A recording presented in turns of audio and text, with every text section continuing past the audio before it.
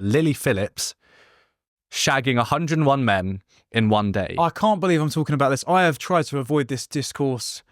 I have muted her name on my time because everyone has a take on this, but all right, fine, let's go for it. Yes. So first of all, the thing to say about this girl is, from what I understand it, from my very irate female friends who keep texting me about this, is that her parents are basically pimping her out. They run her accounts on social media, and so they seem completely apathetic to what is happening to their daughter. Yes. But this is a very extreme example of audience capture. I think that's actually quite a good reading of it.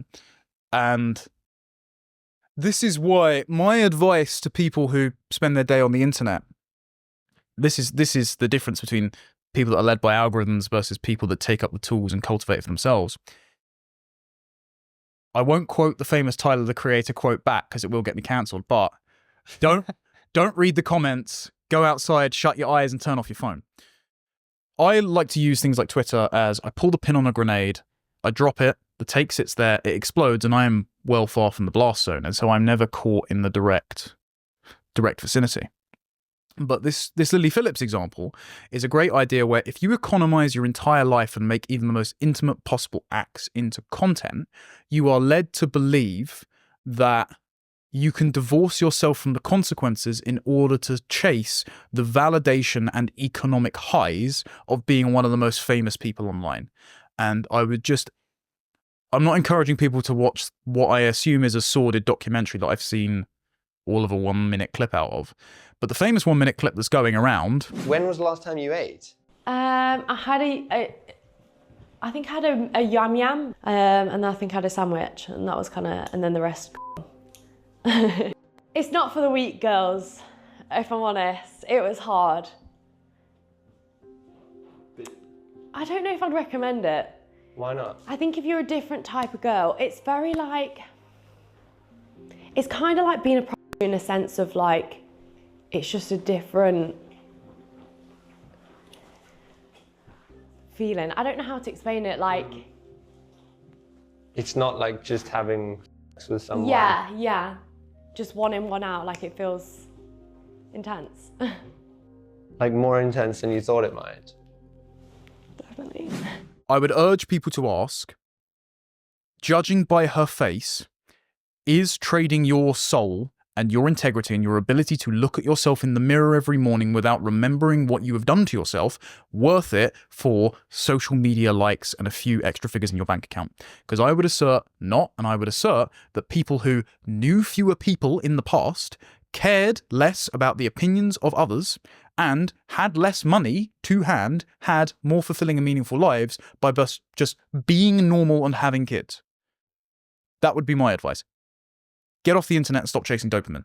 Yeah, this is a bit of a tangent, but I've done a lot of work out in Saudi Arabia the last year. I've been 4 times, and the key difference I've seen with the guys over there that I speak to is that there's not this same sense of wanting to do something for the short-term status gain. That has been completely severed from their society, because in their culture, pleasing your family is way more important. And that's the big shift that I see with our generation in the West, is that fuck being a doctor, I want to be a social media influencer, because that gains the most notoriety of not just my immediate family and friends, but the entire world. And I've got 10 million followers. Most of them are bots, and most of them are just following me because of my abs or arse or whatever you're posting.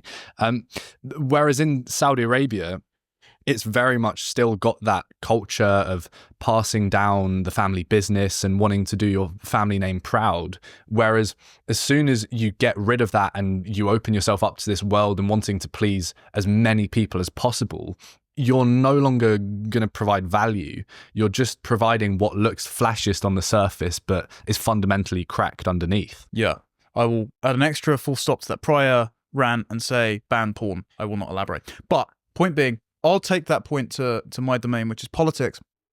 So there is a building momentum outside traditional political parties in Britain, and people are going to, ahead of the 2029 election, look for fresh-faced, informed potential political candidates.